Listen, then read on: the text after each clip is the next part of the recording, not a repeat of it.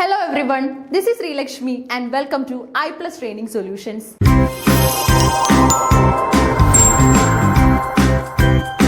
ഇന്നത്തെ ഈ ക്ലാസ്സിലൂടെ നമ്മൾ ഡിസ്കസ് ചെയ്യാനായിട്ട് പോകുന്നത് ലിറ്ററേച്ചറിലെ ഏറ്റവും ഇമ്പോർട്ടന്റ് ആയിട്ടുള്ള ഒരു കോൺസെപ്റ്റ് ആണ് കഥാർസിസ്. ഓക്കെ, അപ്പൊ കഥാർസിസ് എന്ന കോൺസെപ്റ്റ് ആണ് ഡീറ്റെയിൽ ആയിട്ട് നമ്മൾ ഇന്ന് നോക്കാനായിട്ട് പോകുന്നത്. എങ്ങനെയാണ് ലിറ്റററി വർക്ക്സിൽ ഇത് അപ്ലൈ ചെയ്യുന്നത്, ഏതൊക്കെ ഫേമസ് ആയിട്ടുള്ള ഡ്രമാറ്റിസ്റ്റുകളാണ് ഇത് പോപ്പുലറൈസ് ചെയ്തത് തുടങ്ങിയ കാര്യങ്ങളെല്ലാം തന്നെ ഒരു ഷോർട്ട് വീഡിയോയുടെ ഭാഗമായിട്ട് ഉണ്ടായിരിക്കും. നോക്കിയാലോ, catharsis. Okay, in literature, catharsis refers to the emotional release or purification experienced by the audience, particularly in response to tragic or dramatic events in a play, novel or other work of art. ഏറ്റവും കൂടുതൽ catharsis നമുക്ക് കാണാൻ പറ്റുന്നത് of course അത് ഡ്രാമയിൽ തന്നെയാണ്. എന്നാലും നോവൽസിലും അതുപോലെ തന്നെ ചില പോംസിലും ഒക്കെ തന്നെയും നമുക്ക് ഈ ഒരു പോയിന്റ് മനസ്സിലാക്കി എടുക്കാനായിട്ട് സാധിക്കും. സംഭവം വളരെ എളുപ്പമാണ്. അതായത് ഈ കഥാർസിസ് എന്ന് പറഞ്ഞു കഴിഞ്ഞാൽ ഒരു പ്ലേ അല്ലെങ്കിൽ ഒരു ലിറ്റററി വർക്ക് വായിക്കുകയോ കാണുകയോ ചെയ്യുന്ന സമയത്ത് നമ്മളിൽ ഒരുപാട് തരത്തിലുള്ള ഇമോഷൻസ് ജനറേറ്റ് ചെയ്യപ്പെടുന്നുണ്ട്. സങ്കടം വരാറുണ്ട്, സന്തോഷം വരാറുണ്ട്, പലപ്പോഴും ഒരു സാറ്റിസ്ഫാക്ഷൻ നമുക്ക് ഫീൽ ചെയ്യാറുണ്ട്, അതുപോലെ തന്നെ നമുക്കൊരു സോർട്ട് ഓഫ് ഡിപ്രഷൻ ഉണ്ടാവാറുണ്ട്. ഇങ്ങനെയുള്ള ഒരുപാട് ഇമോഷണൽ സ്റ്റേജുകളിലൂടെ അല്ലെങ്കിൽ സ്റ്റേറ്റുകളിലൂടെ നമ്മൾ കടന്നു പോകുന്നുണ്ടെന്നാണ് സൈക്കോളജി പറയുന്നത്. ഓക്കെ, സോ അതുകൊണ്ട് തന്നെ നമ്മളിപ്പോൾ ഒരു സിനിമ കാണുകയാണെങ്കിലും ഈ പറയുന്ന എക്സ്പീരിയൻസസ് എല്ലാം തന്നെ നമ്മളിലൂടെ പാസ് ചെയ്തു പോകുന്നുണ്ട്, നമ്മൾ പോലും അറിയാതെ തന്നെ. Okay, so in literature catharsis refers to the emotional release or purification. ഒരു ഇമോഷണൽ റിലീസ് ആണ് ആ ലിറ്റററി വർക്ക് കണ്ട് അതിന്റെ അവസാനത്തോടു കൂടി അതിന്റെ പ്യൂരിഫിക്കേഷനും നമ്മളിൽ തന്നെ നടക്കുന്നുണ്ട്. ഓക്കെ, അതായത് നമ്മുടെ സൈക്കി അല്ലെങ്കിൽ മൈൻഡ് ഏറ്റവും കൂടുതൽ ആക്റ്റീവ് ആയിട്ടുള്ള ഒരു സ്റ്റേജും കൂടെയാണിത്. So what is Aristotle's theory of catharsis? അപ്പൊ കഥാർസിസ് എന്താന്ന് ചോദിച്ചു കഴിഞ്ഞാൽ പെട്ടെന്ന് നിങ്ങൾക്ക് പറയാൻ പറ്റും അതൊരു ഇമോഷണൽ റിലീസ് അല്ലെങ്കിൽ പ്യൂരിഫിക്കേഷൻ ആണ്. ഓക്കെ, അപ്പൊ ഇനി അരിസ്റ്റോട്ടിലാണ് ഈ ഒരു കണ്ടെത്തൽ ആദ്യം നടത്തിയത്. അരിസ്റ്റോട്ടിൽ ഒരുപാട് പോയിന്റ് ഓഫ് വ്യൂസ് ഇതിലൂടെ ഷെയർ ചെയ്യുന്നുണ്ട്. അതിനുശേഷമാണ് സൈക്കോളജിസ്റ്റുകളൊക്കെ തന്നെ ഇത് ഏറ്റെടുത്ത് കൂടുതലായിട്ടും സ്റ്റഡി ചെയ്യാൻ തുടങ്ങിയത്. Okay, so what is Aristotle's theory of catharsis? Aristotle describes catharsis as the purging of the emotions of pity and fear that are aroused in the viewers of a tragedy. ഒരു tragedy അല്ലെങ്കിൽ ഒരു literary play കാണുന്ന സമയത്ത് നമ്മളിലൂടെ ഈ പറയുന്ന emotions ഒക്കെ തന്നെ എറോസ് ചെയ്യപ്പെടാറുണ്ട്. പിറ്റി ആയാലും ഫിയർ ആയാലും ഒക്കെ തന്നെ ഒരു പോയിന്റിൽ നമ്മളിലൂടെ പാസ് ചെയ്തു പോകുന്നുണ്ട്. Debate continues about what Aristotle actually means by catharsis, but the concept is linked to the positive social function of tragedy. Okay, ശരിക്കും പറഞ്ഞാൽ ഒരു ട്രാജഡി കണ്ടിട്ട് നമ്മൾ കരയുന്നുണ്ടെങ്കിൽ അത് ഡ്രമാറ്റിസ്റ്റിന്റെ സക്സസ് തന്നെയാണ്, അല്ലേ? നമ്മുടെ കണ്ണിൽ കണ്ണുനീര് വരുന്നുണ്ടെങ്കിൽ അതാണ് ഡ്രമാറ്റിസ്റ്റിന്റെ ഒരു കഴിവാണ്. ഡ്രമാറ്റിസ്റ്റ് അത്രയും നല്ല വാക്കുകൾ, അത്രയും നല്ല ആക്ഷൻസ് അതിനകത്ത് ക്ലബ് ചെയ്തതുകൊണ്ടാണ് എന്ത് സംഭവിച്ചത്, നമ്മളിൽ ഒരു റെസ്പോൺസ് അല്ലെങ്കിൽ ആ ഒരു ഇൻപുട്ട് കാരണം നമ്മളിൽ ഒരു ഔട്ട്പുട്ട് ഉണ്ടായത്, അല്ലേ? ആ ഒരു പോയിന്റ് നമുക്ക് അങ്ങനെ ക്ലിയർ ആക്കാൻ പറ്റും. It's a concept originating in ancient Greece. Okay, ancient Greek ഫിലോസഫിയിലാണ് ഇതിന്റെ ഒരു ബിഗിനിങ് അല്ലെങ്കിൽ ഒറിജിൻ എന്ന് പറയുന്നത്. And explored in literary criticism where witnessing intense emotions and events leads to a sense of emotional cleansing or purging. Okay, അപ്പോൾ ശരിക്കും പറഞ്ഞാൽ നമ്മളിൽ ഒരു ഇമോഷണൽ ആയിട്ടുള്ള ഒരു മെച്യൂരിറ്റി ഉണ്ടാകുന്നുണ്ട്. ഓക്കെ, ഏത് സ്റ്റേജിലായാലും നമ്മളിൽ ഒരു ഇമോഷണൽ ഡെവലപ്മെന്റ് കൊണ്ടുവരാനായിട്ട് കഥാർസിസിലൂടെ സാധിക്കാറുണ്ട്. അതായത് ആദ്യകാല ഡ്രമാറ്റിസ്റ്റുകളൊക്കെ അവരുടെ വർക്കുകളിൽ ഏറ്റവും കൂടുതൽ കൊണ്ടുവരാനായിട്ട് ഏറ്റവും കൂടുതൽ പോയിന്റ് ഔട്ട് ചെയ്യാനായിട്ട് ശ്രമിച്ചിട്ടുള്ള ഒന്നും കൂടെയാണ് കഥാർസിസ് എന്ന് പറയുന്ന ഒരു point. Okay, so that much important is this concept. Key aspects of catharsis in literature. Emotional release നടക്കുന്നുണ്ട്, അല്ലേ?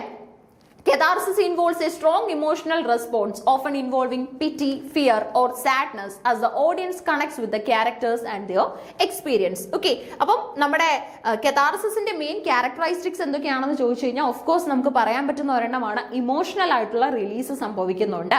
അടുത്തത് പേർജിങ് ഓഫ് ഇമോഷൻസ്. ഇമോഷൻസ് എങ്ങനെയാണ് പേർജ് ചെയ്യപ്പെടുന്നതെന്ന് നോക്കാം. Okay, this release can lead to a feeling of emotional cleansing or purification as if the audience own pent up emotions are being released. Okay, അതായത് ചിലപ്പോൾ ഈ tragedy കാണുന്നതിന് മുൻപ് തന്നെ കുറച്ച് ട്രാജിക് ആയിട്ടുള്ള മൊമെന്റ്സിലൂടെ ആയിരിക്കും ആ ഓഡിയൻസ് അല്ലെങ്കിൽ ആ ആ വ്യൂവർ കടന്നു പോകുന്നത്. ഓക്കെ, സോ ആ സമയത്ത് ഈ ഒരു റീസണും കൂടെ ആയപ്പോൾ ഒരു പുഷും കൂടെ കൊടുക്കുന്നത് പോലെയാണ് ശരിക്കും പറഞ്ഞ ഈ ട്രാജഡി, അല്ലെ?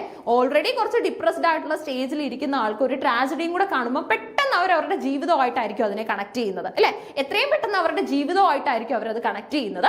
എന്നിട്ടായിരിക്കും കൂടുതലായിട്ടും അവർ അതിനെ മനസ്സിലാക്കി എടുക്കാനായിട്ട് അല്ലെങ്കിൽ കൂടുതലായിട്ടും അവരുടെ മനസ്സിൽ അതിന്റെ ആ ഒരു കോൺസെപ്റ്റ് ചെയിൻ ഡെവലപ്മെന്റ് ഒക്കെ തന്നെ നടക്കുന്നത്. ഓക്കെ, അപ്പൊ പേർജിങ് ഓഫ് ഇമോഷൻസ് നടക്കുന്നില്ലയോ? നമ്മുടെ ഓൾറെഡി ഉള്ള ഇമോഷൻസിനെ വീണ്ടും പേർജ് ചെയ്യാനായിട്ട് ഇങ്ങനെയുള്ള കഥാർസിസ് എലമെന്റ്സിന് സാധിക്കാറുണ്ട്. Tragedy and drama. Catharsis is most commonly associated with tragedy, where the audience experience intense emotions through the protagonist's suffering and downfall. ഇപ്പൊ ഹാംലെറ്റും ഇഡിപ്പസും പോലെയുള്ള ട്രാജഡികളൊക്കെ കാണുന്ന സമയത്ത് നമ്മളിൽ ഒരുപാട് തരത്തിലുള്ള ഡെവലപ്മെന്റ്സ് നടക്കുന്നുണ്ട് അല്ലെ, നമ്മളിൽ ഒരുപാട് തരത്തിലുള്ള പോയിന്റ് ഓഫ് വ്യൂസ് നടക്കുന്നുണ്ട്. കുറച്ച് അധിക സമയം അല്ലെങ്കിൽ കുറച്ച് ഏറെ സമയവും നമ്മൾ ആ ഒരു ഫീലിംഗിൽ തന്നെയായിരിക്കും അല്ലെങ്കിൽ ആ ഒരു സ്റ്റേജിൽ തന്നെയായിരിക്കും ഉണ്ടാകുന്നത്. ഓക്കെ, സോ അതാണ് ക്യാരക്ടറിസ്റ്റിക്സിൽ പറയാൻ പറ്റുന്നത്. അപ്പൊ എന്താണ് കെതാർസിസ് എന്ന് നമ്മൾ പറഞ്ഞു. കെതാർസിസ് എന്ന് പറഞ്ഞു കഴിഞ്ഞാൽ ഇമോഷണൽ റിലീസ് ആണ്. ഇനി അതുപോലെ തന്നെ ഇതിന്റെ മെയിൻ ക്യാരക്ടറിസ്റ്റിക്സ് നമ്മൾ നോക്കി. ഏറ്റവും കൂടുതൽ കെതാർസിസ് എവിടെയാണ് ഒബ്സർവ് ചെയ്യാൻ പറ്റുന്നതെന്ന് ചോദിച്ചാൽ ട്രാജഡിയിലാണ്.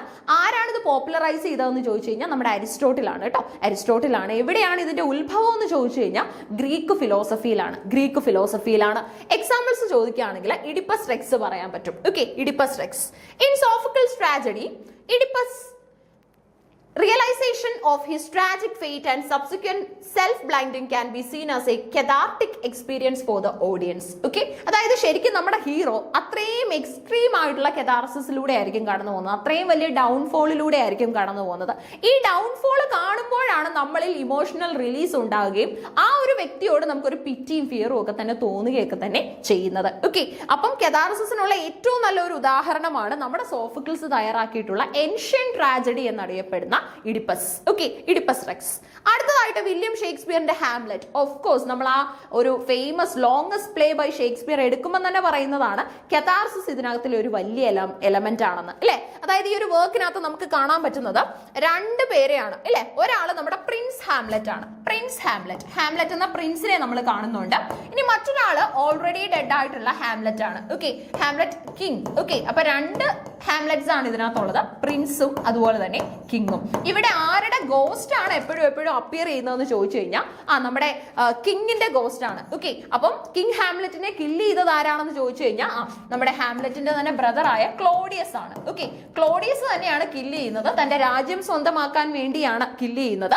അതിനുശേഷം നമ്മുടെ കിങ് ഹാംലെറ്റിന്റെ ഗോസ്റ്റ് ഇടയ്ക്കിടയ്ക്ക് പ്രിൻസ് ഹാംലെറ്റിന്റെ അടുത്ത് വന്നിട്ട് റിവെഞ്ച് ചെയ്യൂ എന്ന് പറയുന്നുണ്ട്. ഓക്കെ, നിന്റെ അങ്കിൾ ആണ് എന്നെ കില്ല് ചെയ്തത്, so you have to take revenge. Okay, you have to take revenge on the death of your father എന്നുള്ള മെസ്സേജ് ഒക്കെ കൊടുത്ത് കടന്നു പോകുന്നുണ്ട്. ഓക്കെ, അപ്പൊ വീണ്ടും നമ്മുടെ ഹാംലെറ്റ് എന്ത് ചെയ്യും, ഇന്ന് തന്നെ റിവെഞ്ച് ചെയ്യാം എന്ന് പ്ലാൻ ചെയ്തു വെക്കും. പക്ഷെ അതങ്ങ് പ്രൊക്കാസ്റ്റിനേറ്റ് ചെയ്യും, നാളെ ചെയ്യാമെന്നുള്ള രീതിയിൽ മാറ്റി വെക്കും. അവസാനം ഹാംലെറ്റിന്റെ തന്നെ ഡെത്തും അതിനകത്ത് സംഭവിക്കുകയാണ് അല്ലെ. സോ ഹാംലെറ്റ് നല്ലൊരു എക്സാമ്പിൾ ആണ് ഇതിന്. Shakespeare's Hamlet also explores themes of revenge and loss leading to cathartic experience of the audience as they witness the tragic consequences of Hamlet's action അല്ലെ. ഹാംലെറ്റിന്റെ ആക്ഷൻസിൽ ഉണ്ടാവുന്ന പല കാര്യങ്ങളും ശരിക്കും പറഞ്ഞാൽ കാണിയിലാണ് ആ ഒരു വികാരം നിറയ്ക്കുന്നത് അല്ലെ. കാണിയിലാണ് അത്രയും വലിയൊരു ഇമോഷണൽ റെസ്പോൺസ് ആ വ്യൂവറിനാണ് ഉണ്ടാകുന്നത്. അപ്പൊ രണ്ട് എക്സാമ്പിൾ നമ്മൾ നോക്കി. ഇനി അടുത്തത് വീണ്ടും വില്യം ഷേക്സ്പിയറിന്റെ തന്നെ റോമിയോ ആൻഡ് ജൂലിയറ്റ് എടുക്കുമ്പോൾ അല്ലെ, എക്കാലത്തെ മികച്ച ഒരു കപ്പിൾ പെയർ ആയിട്ടാണ് നമ്മൾ റോമിയോയെയും ജൂലിയറ്റിനെയും കൺസിഡർ ചെയ്യുന്നത് അല്ലെ. അത്രയും വലിയ എറ്റേണൽ ലവ് ആയിരുന്നു അവരിൽ ഉണ്ടായിരുന്നതെന്നും നമ്മൾ പറയുന്നുണ്ട്. സോ ഇതിനകത്തിൽ എങ്ങനെയാണ് കെതാർട്ടിക് എലമെന്റ്സ് നടക്കുന്നതെന്ന് ചോദിച്ചു കഴിഞ്ഞാൽ this tragic love story with its themes of forbidden love and death can also evoke a strong cathartic response in the audience അല്ലെ. ഇവർക്ക് ഒന്നിക്കാൻ സാധിക്കുന്നില്ല അല്ലെ, ഒരുപാട് വട്ടം ഇവർ ഒന്നിക്കാനായിട്ട് ശ്രമിക്കുന്നുണ്ട്, പക്ഷെ ഒരു യൂണിയൻ ഇവർക്ക് നടക്കുന്നില്ല. സോ അതിന്റെ പേരിലുള്ള പ്രശ്നങ്ങൾ നമുക്ക് കാണാൻ പറ്റും. വളരെ മികച്ചൊരു ട്രാജഡിയാണ് റോമിയോ ആൻഡ് ജൂലിയറ്റ്. അപ്പൊ ഇപ്പൊ നമ്മൾ മൂന്ന് നോക്കിയതും ട്രാജഡിയാണ്. സോഫക്കിൾസിന്റെ ഇഡിപ്പസ് റെക്സ് ആയാലും നമ്മുടെ ഷേക്സ്പിയറിന്റെ ഹാംലെറ്റ് എടുത്താലും റോമിയോ ആൻഡ് ജൂലിയറ്റ് എടുത്താലും ഒക്കെ തന്നെ ഫേമസ് ട്രാജഡീസ് ആണ് ലിറ്ററേച്ചറിലുള്ളത്. ഇതിലാണ് ഏറ്റവും കൂടുതൽ കെതാർസിസ് വർക്ക്ഔട്ട് ചെയ്തിട്ടുള്ളത്. Not limited to tragedy. While often associated with tragedy, catharsis can also be found in other genres including comedy, where audience might experience catharsis through the release of tension or recognition of shared human experience. Okay, comediesനകത്ത് നമുക്ക് ചില ലെവൽസിൽ അല്ലെങ്കിൽ ചില minute ലെവലുകളിലൊക്കെ തന്നെ നമുക്ക് കെതാർസിസ് work out ചെയ്യാനായിട്ട് സാധിക്കും in the form of tensions and so on. ഇനി അതുപോലെ തന്നെ കോഗ്നിറ്റീവ് കോമ്പണന്റ് ഉണ്ട്. Catharsis is in just about feeling.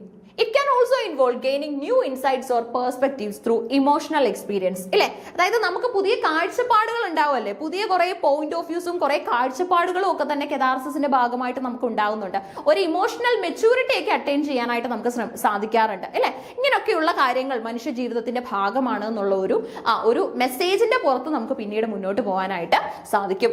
Modern interpretations ഉണ്ട്.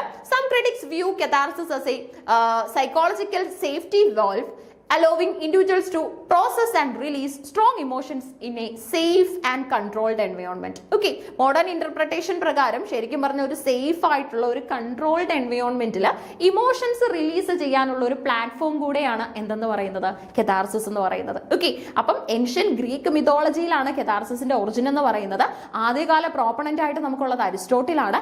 എന്താണ് കെതാർസിസ് എന്ന് ചോദിച്ചു കഴിഞ്ഞാൽ ഇമോഷണൽ റിലീസ് ആണ്. അത് പല രീതിയിലും ഉണ്ടാവാറുണ്ട്, സങ്കടമായിട്ടും സന്തോഷമായിട്ടും ഒക്കെ അത് റിലീസ് ചെയ്യപ്പെടാറുണ്ട്. കെതാർസിസിന്റെ ഭാഗമായിട്ട് നമുക്കൊരു സ്റ്റേറ്റ് ഓഫ് ഇമോഷണൽ മെച്യൂരിറ്റി ഉണ്ടാകുന്നു എന്നാണ് പുതിയ പഠനങ്ങൾ നമ്മളെ പഠിപ്പിക്കുന്നത്, അല്ലെങ്കിൽ നമ്മളോട് മനസ്സിലാക്കി തരുന്നത്. സൈക്കോളജിസ്റ്റുകൾ അടക്കം ഒരുപാട് ട്രീറ്റ് ചെയ്തിട്ടുള്ള, ഒരുപാട് ഡിസ്കവറീസ് നടത്തിയിട്ടുള്ള ഒരു ഏരിയ ആണ് ഈ പറയുന്ന കെതാർസിസ്. ഓക്കെ, അപ്പൊ ഇത്രയും കാര്യങ്ങൾ കൃത്യമായിട്ടൊന്ന് മനസ്സിലാക്കണം. നമുക്ക് ഏറ്റവും അത്യാവശ്യമായിട്ടുള്ള കാര്യമാണ്, നമ്മുടെ സെറ്റിന്റെ സിലബസിൽ പ്രിസ്ക്രൈബ് ചെയ്തിട്ടുണ്ട് കെതാർസിസിനെ കുറിച്ച് പഠിക്കാനായിട്ട്. സോ നമുക്ക് ഈ ഒരു പോയിന്റും കൂടെ കൃത്യമായിട്ട് അറിഞ്ഞിരിക്കണം. So keep learning. Thank you all of U.